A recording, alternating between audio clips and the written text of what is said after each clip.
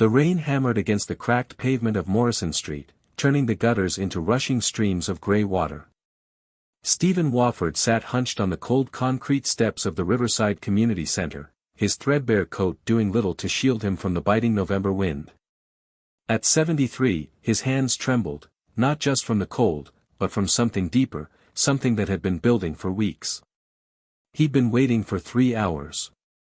The community center's fluorescent lights flickered behind the glass doors, casting harsh shadows across the empty lobby. Stephen could see Dorothy Sparks, the center's director, moving about inside, occasionally glancing his way before quickly averting her eyes. She knew he was there. They all knew. "Please," Stephen had said earlier, his voice barely above a whisper as he stood at the reception desk. "I just need to speak with someone about the senior assistance program. My medication. I can't afford." "Mr. Wofford, I've told you 3 times already," Dorothy had interrupted, not bothering to look up from her computer screen. "You don't have an appointment. We can't see walk-ins today. Come back next week." Next week. The same thing they'd told him last week. And the week before that. Stephen had watched as she'd helped others, younger people, people with appointments, people who seemed to know the right things to say. He'd watched as they walked past him, some with sympathy in their eyes, others looking straight through him as if he were invisible. One woman had even pulled her child closer as they passed, as though poverty were contagious. Now, as the rain soaked through his worn shoes, Stephen pulled out his phone, an old flip phone held together with electrical tape. His fingers, stiff with arthritis, struggled with the buttons. He scrolled through his contacts, hovering over one name he hadn't called in almost 2 years. Kevin. His son. His successful, busy, important son who'd moved to New York and built an empire. The son who sent money every month, money Stephen had stopped accepting 6 months ago, too proud to admit how bad things had gotten. Too ashamed to confess that his small pension wasn't enough, that the medical bills were drowning him, that he'd started skipping meals to afford his heart medication. Stephen's thumb hovered over the call button, then pulled away. What would he even say? "I'm sitting in the rain outside a community center that won't help me because I'm nobody." Kevin had his own life, his own problems. He didn't need his father's failures weighing him down. A young couple emerged from the community center, laughing under a shared umbrella. They walked right past Stephen without a glance, splashing puddle water onto his already soaked pants. The man was talking loudly into his phone. "Yeah, the donation went through. Tax write-off season, you know how it is." Stephen closed his eyes, feeling something crack inside his chest, not his fragile heart, but something perhaps more vital. His dignity. Behind him, the community center's lights began to dim. Closing time. In 15 minutes, they'd lock the doors, and he'd have nowhere to go. His apartment's heat had been shut off yesterday, another bill he couldn't pay. The shelter 3 blocks away had a waiting list. Even desperation, it seemed, required an appointment. Stephen looked down at his phone one more time, at Kevin's name glowing on the screen. What he didn't know, what he couldn't possibly know, was that at that very moment, 300 miles away in Manhattan, his son was boarding a private plane. Kevin Justice, CEO of Tech Horizon Industries, had just cut short a board meeting, his assistant frantically rescheduling a week's worth of commitments. Because sometimes, the universe has a way of alerting us when we're needed most. And sometimes, the people who've ignored you your whole life are about to learn a very expensive lesson about judging books by their covers. Stephen's thumb pressed the call button. The phone rang once. Twice. Then, a voice Stephen hadn't heard in far too long. "Dad. Have you ever felt invisible when you needed help the most? Drop a comment below sharing how you got through it, your story might inspire someone today." Kevin Justice's voice crackled through the phone, concern evident even through the static. "Dad? Is everything okay? You never call." Stephen's throat tightened. He hadn't realized how much he'd missed that voice, strong, confident, so unlike his own these days. "I'm Kevin, I'm sorry to bother you. I know you're busy. Where are you? Kevin interrupted, and Stephen could hear the sound of movement, footsteps echoing in what must have been a hallway. Dad, you sound like you're outside. Are you outside? It's nothing, really. I shouldn't have called. I just. Tell me where you are. Right now. The authority in Kevin's voice was impossible to ignore. It was the same tone Stephen remembered from when Kevin was a boy, demanding explanations, refusing to accept half-truths. Only now, that determination had been honed by years of running a multi-billion-dollar tech empire. Riverside Community Center, Stephen admitted quietly. But Kevin, really, I can handle. The line went silent for a moment. Then, I'm coming. Don't move. Don't go anywhere. Promise me. Kevin, you can't just. Promise me, Dad. Stephen felt tears he'd been holding back for weeks begin to blur his vision. I promise. The call ended, and Stephen sat there in the rain, wondering what he'd just done. Kevin was in New York. Even if he caught the next flight, it would be hours before he arrived. And what would he think when he saw his father like this? Soaked, desperate, begging for help outside a building that had turned him away. The community center's door opened, and Dorothy Sparks stepped out, her designer handbag clutched under her arm. She paused when she saw Stephen still sitting there. Mr. Wofford, we're closed, she said, not unkindly, but with the exhausted patience of someone who'd had a long day. You really need to go home. Mrs. Sparks, please, Stephen stood slowly, his knees protesting. Just 5 minutes. I have documentation for the assistance program. My doctor's letters, We don't process applications after hours. She glanced at her watch, then at the darkening sky. Look, I sympathize, I really do. But rules are rules. Make an appointment online and. I've tried. The words burst out of Stephen before he could stop them. I've tried for 3 weeks. The website says there are no available appointments. The phone line disconnects after 30 minutes on hold. I've come here in person 6 times, and every single time, I'm told the same thing. Dorothy's expression hardened. Mr. Wofford, I understand you're frustrated, but I can't help you if you're going to raise your voice. I'm 73 years old, Stephen said, his voice breaking. I worked for 45 years. I paid my taxes. I volunteered in this community. And now I can't afford my medication, and I'm being told I need an appointment to get help from a program my tax dollars funded? For a moment, something flickered in Dorothy's eyes, shame, perhaps, or recognition. But it vanished quickly, replaced by professional detachment. I'm sorry. There's nothing I can do tonight. Please leave the premises, or I'll have to call security. Stephen watched her walk to her car, a new BMW, he noticed. He watched her drive away, probably heading home to a warm house, a full refrigerator, a medicine cabinet stocked with whatever she needed.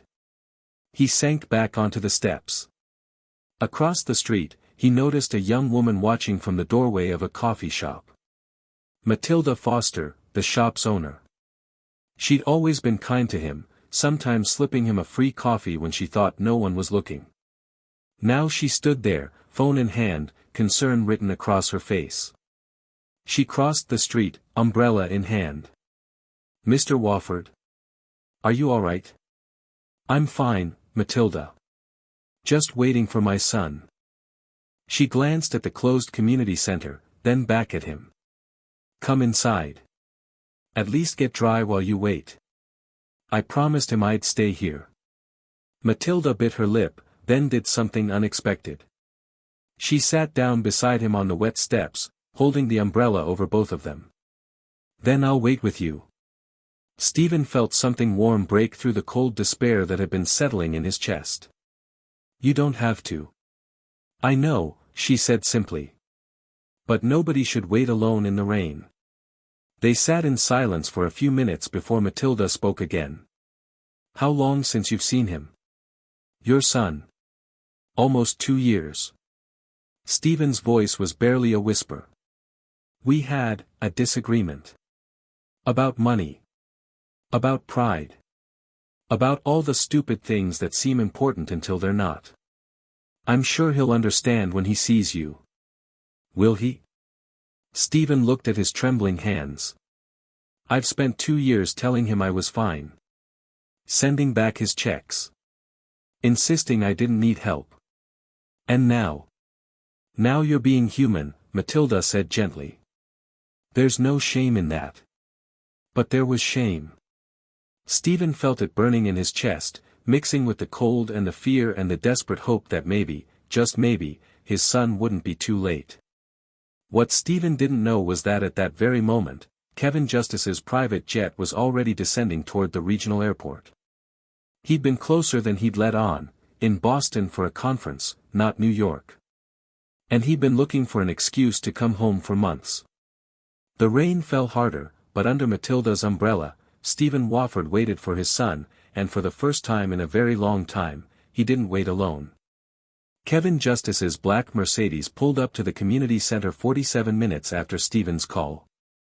The rain had lessened to a drizzle, but Stephen was still sitting on those steps, Matilda beside him, now wrapped in her own coat that she'd retrieved from the coffee shop. The car door opened, and Kevin stepped out, tall, composed, wearing a suit that probably cost more than Stephen's monthly pension. But his face, usually so controlled in business meetings and press conferences, crumpled the moment he saw his father. Dad. The word came out strangled. Stephen tried to stand, but his legs had gone numb from sitting so long. Kevin was beside him in an instant, hands gripping his father's arms, steadying him. I'm okay, Stephen said automatically. You're soaked through. Kevin's voice was tight with barely controlled emotion. He turned to Matilda. Thank you for staying with him. Of course, Matilda said, standing. Mr. Wofford, I'll be at the shop tomorrow if you need anything. As she walked away, Kevin helped his father into the warm car. The leather seats felt like luxury Stephen had forgotten existed. Kevin slid in beside him, and for a long moment, they just sat there in silence. 2 years, Kevin finally said. 2 years, and you didn't tell me it was this bad. I didn't want to be a burden. A burden? Kevin's laugh was bitter. Dad, I've called you every week. Every single week, I've asked how you were, if you needed anything. And you said. I said I was fine. You lied. The word hung in the air between them. Stephen couldn't argue with it. Kevin ran a hand through his hair, a gesture Stephen recognized from when he was a boy, struggling with difficult homework. Why did you call me today? What changed? Stephen looked at the community center, dark now except for a single security light. I realized that pride is a luxury I can't afford anymore. Tell me everything. And Stephen did. The pension that barely covered rent. The medical bills from a minor heart episode last spring. The medications he'd been rationing. The heat being shut off. The food bank that had run out of supplies 3 weeks ago. The community center that kept turning him away. With each revelation, Kevin's jaw tightened. When Stephen finished, his son was quiet for a long moment. The community center, Kevin said slowly. The one that turned you away. Who runs it? It doesn't matter. Who runs it, Dad? A woman named Dorothy Sparks. But Kevin, she was just doing her job. Kevin pulled out his phone, typing rapidly. His expression was unreadable. Dorothy Sparks. Director of Riverside Community Center. Which receives 60% of its funding from the Justice Foundation. Stephen blinked. The what? My charitable foundation. The one I established 5 years ago to support community programs in my hometown. Kevin's voice was ice. The same foundation that specifically earmarked funds for senior assistance programs. No appointment necessary. Walk-ins welcome. Stephen felt his stomach drop. Kevin. She turned away my father. Kevin's voice was soft now, dangerous. She turned away a 73-year-old man in the rain, telling him he needed an appointment for a program that was specifically designed to help people exactly like him, funded by money from his own son. She didn't know. That's exactly the problem, Dad. She didn't know who you were, so you didn't matter. Kevin made a call. Davis. Yes, I need you to pull all documentation on our funding to Riverside Community Center. Every dollar, every grant condition, every compliance report. Because I'm about to make some changes. He paused. First thing tomorrow morning. I don't care if it's Sunday. When he hung up, Stephen touched his son's arm. Kevin, please. Don't do anything rash. These people, they're just trying to do their jobs. By ignoring people who need help. By creating barriers instead of removing them. Kevin shook his head. No, Dad. This isn't about revenge. This is about accountability. He started the car, but before pulling away, he turned to his father. Where have you been staying? The truth. My apartment. Without heat. Stephen was silent. You're coming home with me. Kevin, I can't. To my house. The one I bought 3 years ago, hoping you'd come visit. The one with 4 empty bedrooms and a full refrigerator and heat that actually works. Kevin's voice softened. Please, Dad. Let me help you. Not because you're a burden, but because you're my father, and I've missed you, and I should have tried harder to break through your pride 2 years ago. Stephen felt tears he'd been holding back for months finally break free. I'm sorry. Don't be sorry. Be warm. Be fed. Be safe. Kevin reached over and squeezed his father's shoulder. Everything else, we'll figure out together. As they drove away from the community center, Stephen looked back at the building one last time. He thought about Dorothy Sparks, about the system that had failed him, about all the other people who'd been turned away without a powerful son to call. Kevin, he said quietly. Whatever you're planning to do about the community center, don't just fix it for me. Fix it for everyone. Kevin glanced at his father, and for the first time that night, he smiled. I was hoping you'd say that. Tomorrow, Dorothy Sparks would receive a very interesting phone call. But tonight, Stephen Wofford was going home, really home, for the first time in 2 years. Sunday morning arrived with weak November sunshine filtering through the floor-to-ceiling windows of Kevin Justice's home. Stephen woke in a bedroom larger than his entire apartment, momentarily disoriented by the softness of the mattress, the warmth of the room, the silence broken only by birdsong. For a moment, he thought he was dreaming. Then the smell of coffee drifted up from downstairs, and Stephen remembered. Kevin. The rain. The call he'd finally made. He found his son in the kitchen, phone pressed to his ear, pacing. I don't care if it's Sunday, Davis. I want a full audit by Tuesday. Yes, every program they run. Because if they're treating walk-ins this way with our funding, I want to know what else they're doing wrong. Kevin noticed Stephen and quickly softened his tone. Call me back with the details. Thanks.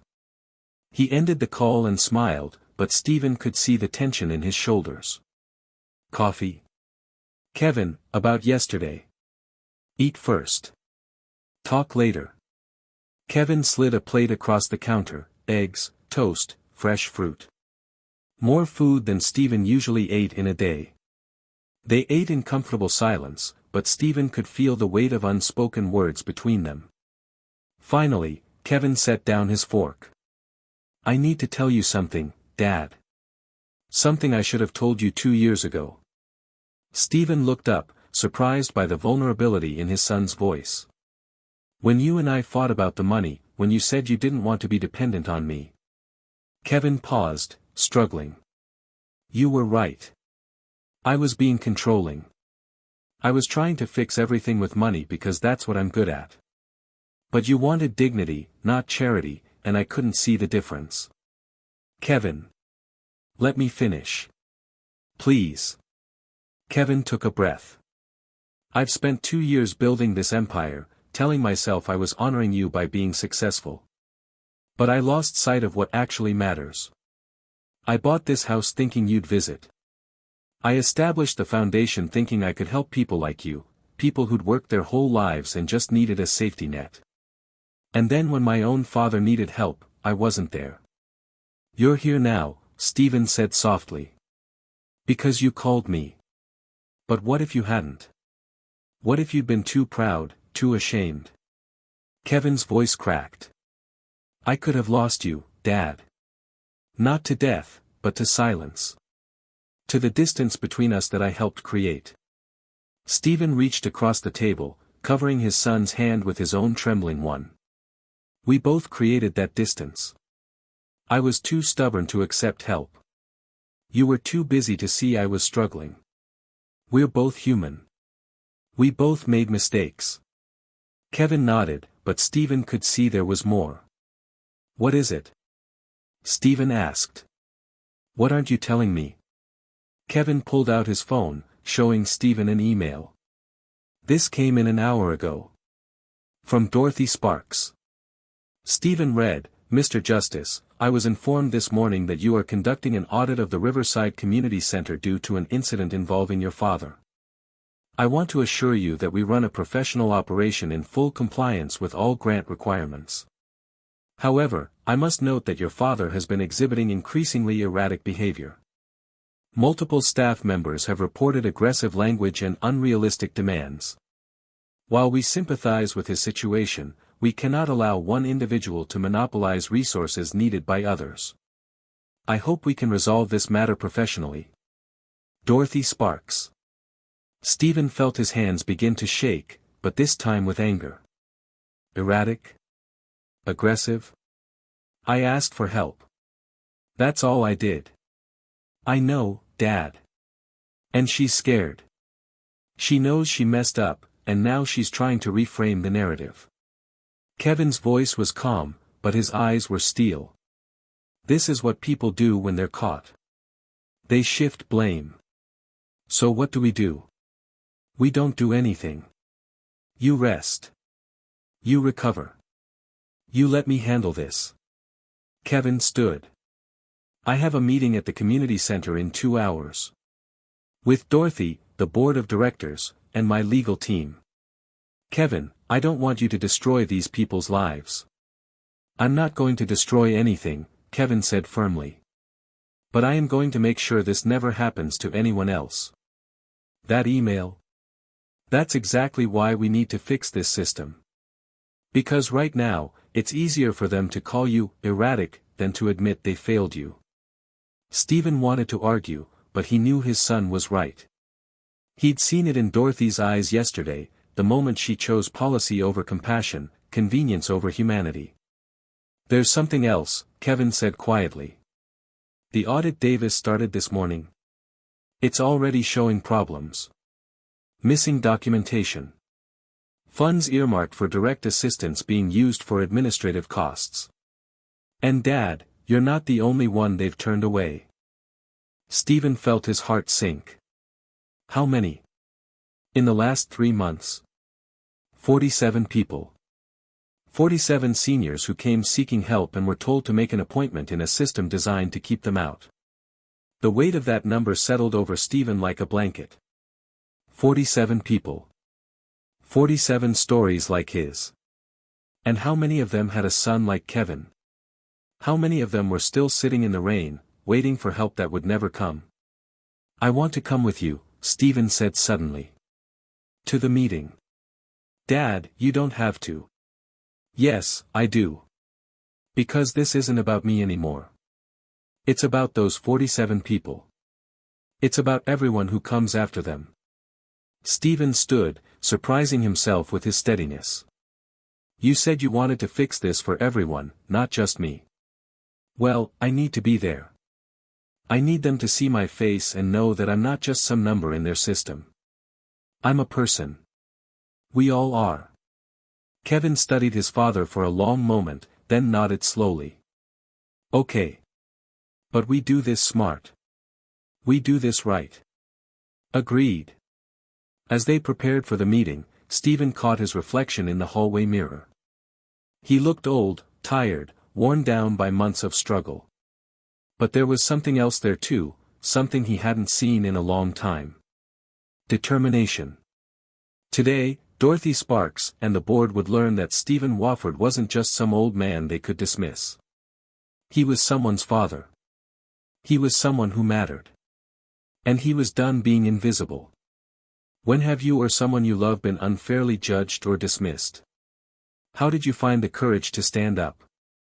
Share your story in the comments. We all need to hear that we're not alone. The Riverside Community Center looked different in daylight. Less imposing, more ordinary, just a brick building with a mission statement painted on the wall, serving our community with dignity and compassion. Stephen stared at those words as Kevin's car pulled into the parking lot. Dignity. Compassion. He almost laughed. You ready? Kevin asked, but his hand was already on Stephen's arm, steadying. Ready. They walked in together. The lobby was empty. Sunday hours meant limited services, but through the glass walls of the conference room, Stephen could see them waiting. Dorothy Sparks sat at the head of the table, flanked by 3 other people in business attire. The board of directors. They looked nervous. They should be. Kevin's lawyer, Davis Fox, met them at the door. He was younger than Stephen expected, sharp-eyed and carrying a briefcase that looked expensive. Mr. Justice. Mr. Wofford. They've been waiting for 20 minutes. Let them wait, Kevin said evenly. My father waited for 3 hours in the rain. Davis's mouth twitched, not quite a smile, but close. The documentation is all in order. I've prepared 3 scenarios depending on how cooperative they are. Let's hope we don't need scenarios 2 and 3, Kevin said. Then, turning to Stephen, you speak first. Tell them exactly what happened. No filters, no softening. The truth. Stephen nodded, his mouth dry. They entered the conference room together. Dorothy stood immediately, her smile professional and brittle. Mr. Justice, thank you for coming.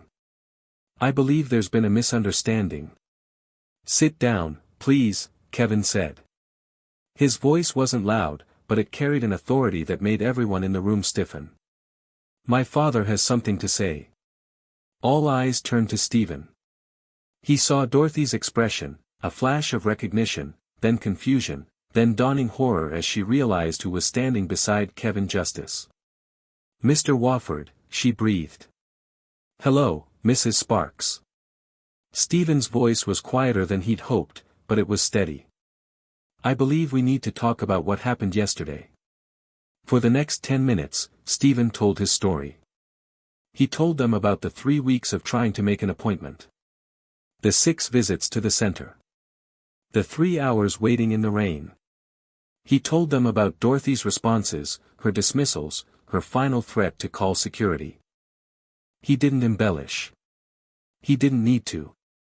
The truth was damning enough. When he finished, the room was silent. One of the board members, an older woman, had tears in her eyes. Another man was staring at Dorothy with barely concealed fury. Dorothy herself had gone pale.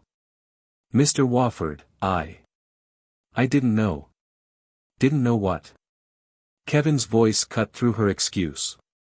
Didn't know he was my father. Because that's the problem, Miss Sparks. You didn't help him because you didn't know who he was. Which means you're not helping people based on their need, you're helping them based on their connections. That's not fair, Dorothy protested. We have protocols. We have limited resources. We can't just. Can't just what? Help people. Davis Fox opened his briefcase, pulling out a thick folder. Your own grant agreement with the Justice Foundation specifies that emergency walk-ins for senior assistants should be accommodated within 24 hours. No appointment necessary. You've violated that agreement 47 times in the last 3 months alone. The board members exchanged shocked glances. Furthermore, Davis continued, our audit shows that funds specifically allocated for direct assistance have been redirected to administrative costs, including a rather substantial salary increase for you, Ms. Sparks, and a renovation of your personal office. That was approved by the board, Dorothy started. By a board that wasn't informed those funds came with restrictions, Davis interrupted. Which means either you misled them, or they were complicit. Either way, it's a breach of contract. The older board member stood abruptly. I was never told about any restrictions. Dorothy, you said those were discretionary funds. They were. I mean, they are. I mean, Dorothy was floundering now, her professional composure cracking. Kevin held up a hand. I didn't come here to destroy this organization. I came here to fix it. The community center serves an important purpose. But it's failing the people it's meant to help. He turned to the board. Here's what's going to happen. The Justice Foundation is tripling its annual grant. But there are new conditions. First, a new director. Ms. Sparks, you're being reassigned to an administrative role with no public-facing responsibilities. Dorothy's face flushed with anger and humiliation. You can't.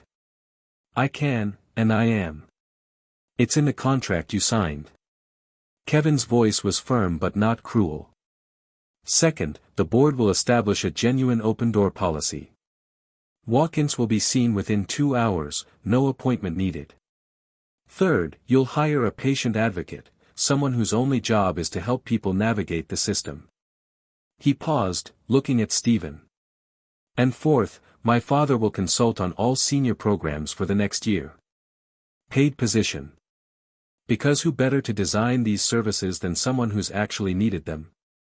Stephen's eyes widened. Kevin. You wanted to fix this for everyone, Dad. Here's your chance. The older board member was nodding vigorously. I support all of these changes. And I think we owe Mr. Wofford a profound apology. One by one, the other board members agreed.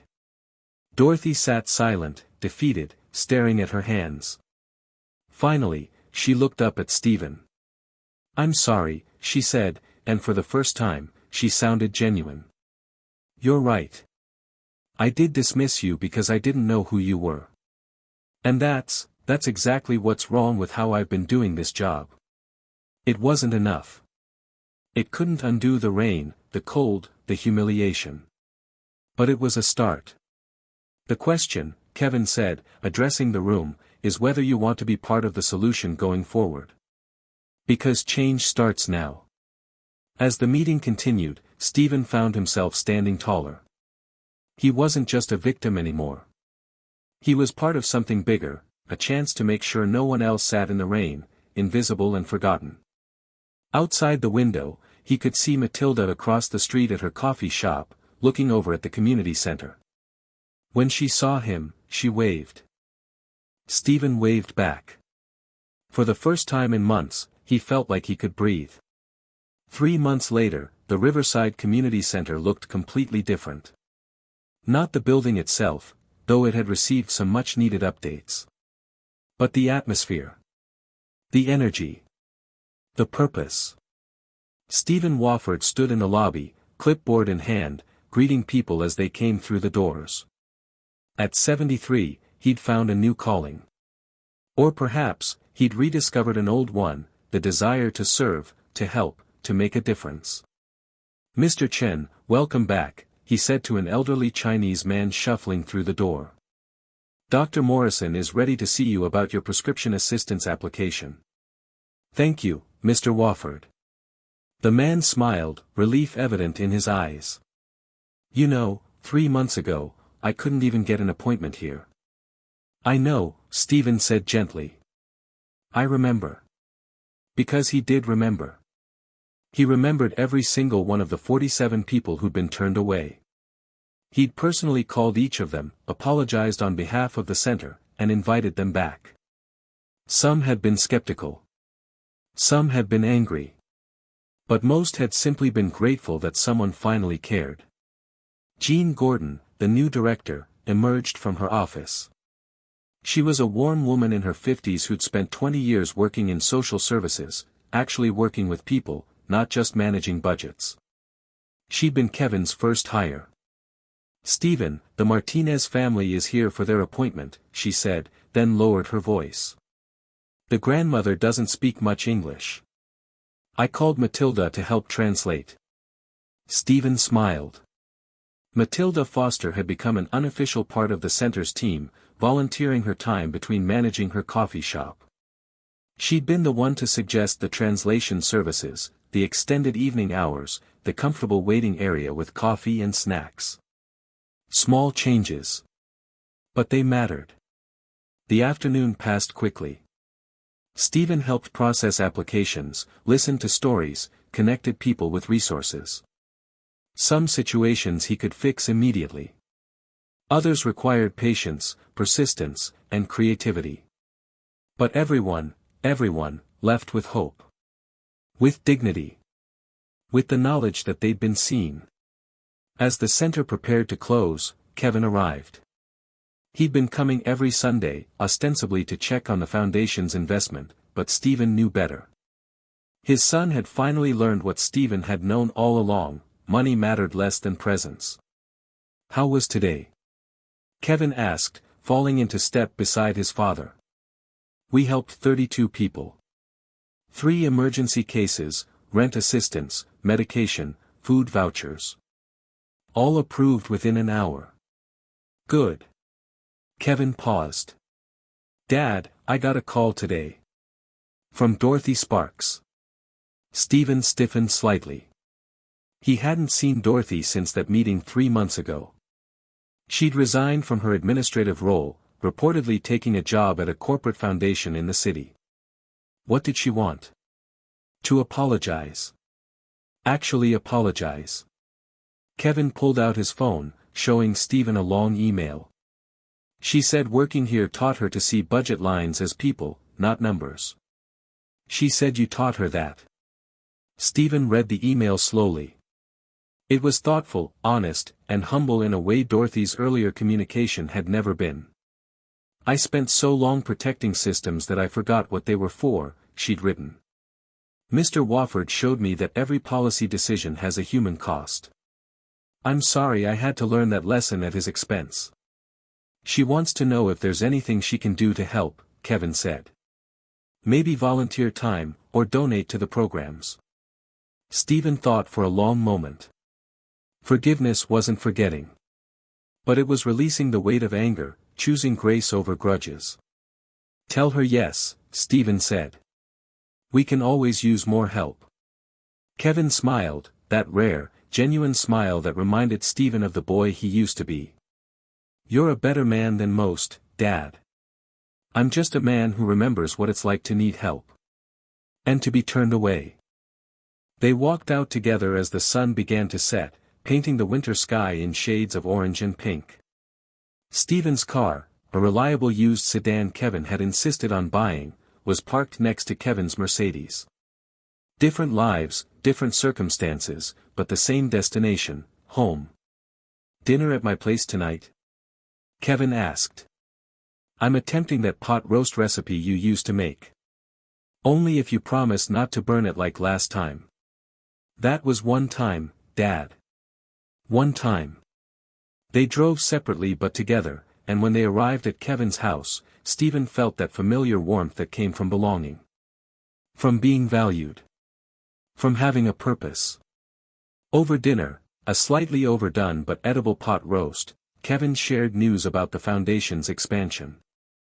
"We're replicating the Riverside model in 6 other cities. Paid consultants who've actually experienced the systems they're helping to redesign. It's revolutionary in its simplicity. It's just common sense," Stephen said.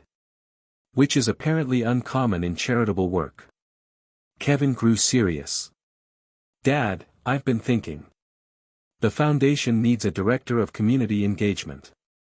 Someone who understands both sides, what it's like to need help, and how to give it with dignity. Someone who could travel occasionally, speak at conferences, train other organizations. Stephen looked up from his plate. Kevin, I'm 73. So? Mandatory retirement age is illegal discrimination. Kevin grinned. Plus, you'd be working for your son. I'm a very understanding boss. Are you offering me a job? I'm offering you a career. One that pays well, includes full benefits, and lets you change thousands of lives. Kevin's expression softened. But more than that, I'm offering you a partnership. I have the resources. You have the wisdom.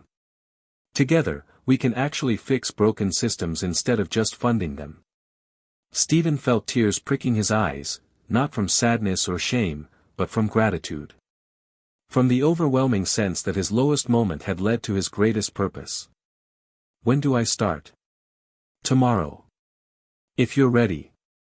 Stephen thought about all the people still sitting in rain, metaphorical or real.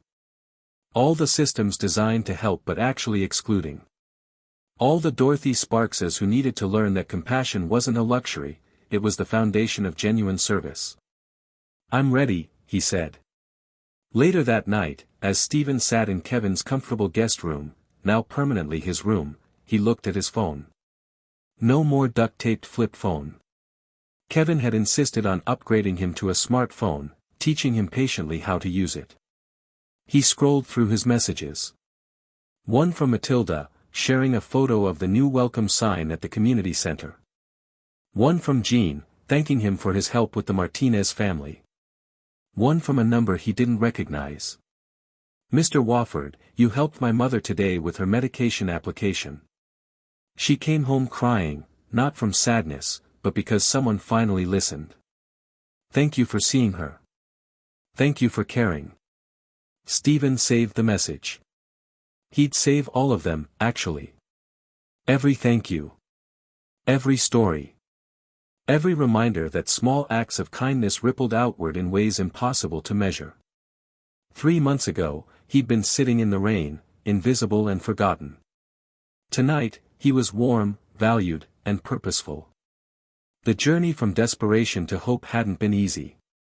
It had required vulnerability, courage, and the willingness to accept help.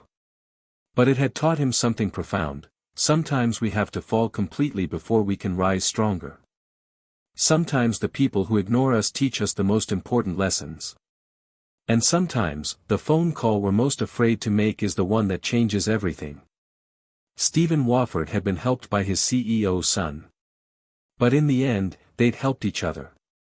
And together, they were helping everyone. This story reminds us that everyone matters, regardless of status or circumstance.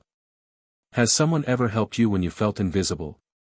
Or have you been able to help someone in their darkest moment? Share your story below. Let's build a community of compassion, one comment at a time. Thank you so much for watching this story.